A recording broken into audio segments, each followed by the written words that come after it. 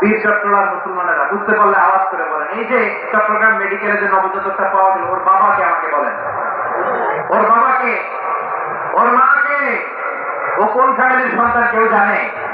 আপনি হিউম্যান ডিগনিটিকে অপমান করেছেন না? আপনি তার ভবিষ্যৎকে অন্ধকার করেছেন না? আপনি তার লিনিয়েজকে প্রশ্নবিদ্ধ করে দিয়েছেন না? এই জন্য আল্লাহ তাআলা অশ্লীলতাকে আমাদের জন্য হারাম করে দিয়েছেন, বলেন সুবহানাল্লাহ।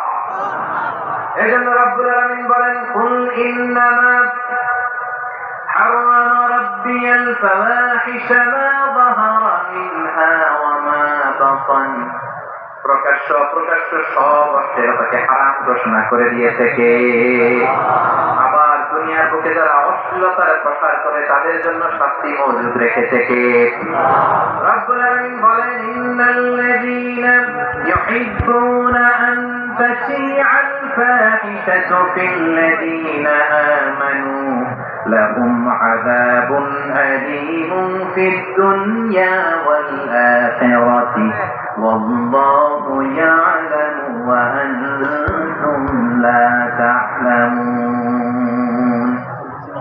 নিশ্চয়ই যারা বিশ্বাসীদের মাঝে অশ্লীলতার প্রসার করতে চায় তাদের জন্য আমি মর্মন্তুদ শাস্তি প্রস্তুত করে রেখেছি, দুনিয়াতেও রেখেছি, আখিরাতেও রেখেছি। ঘোষণাটা যারা এই নাটকের নামে, সিনেমার নামে, রূপালী জগতের নামে, মুভির নামে, ওটিটি প্ল্যাটফর্মের নামে আমার সমাজে অশ্লীলতা ছড়াতে চায় তাদের জন্য কঠিন মর্মন্তুদ শাস্তি মজুদ রেখে দিয়েছে কে?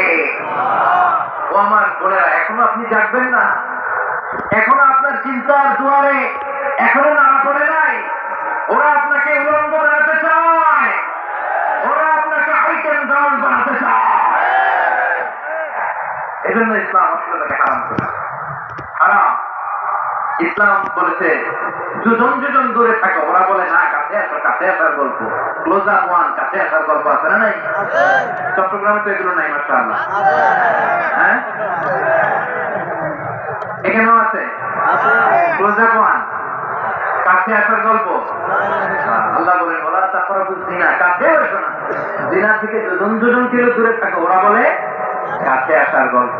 আমার বীর চট্টগ্রাম ভাইরা, কাছে আসতে হলে আমরা কোরআনের কাছে আসবো, কাছে আসতে হলে নবীর কাছে আসবো, কাছে আসার গল্প হবে আমার রবের কাছে আসার গল্প।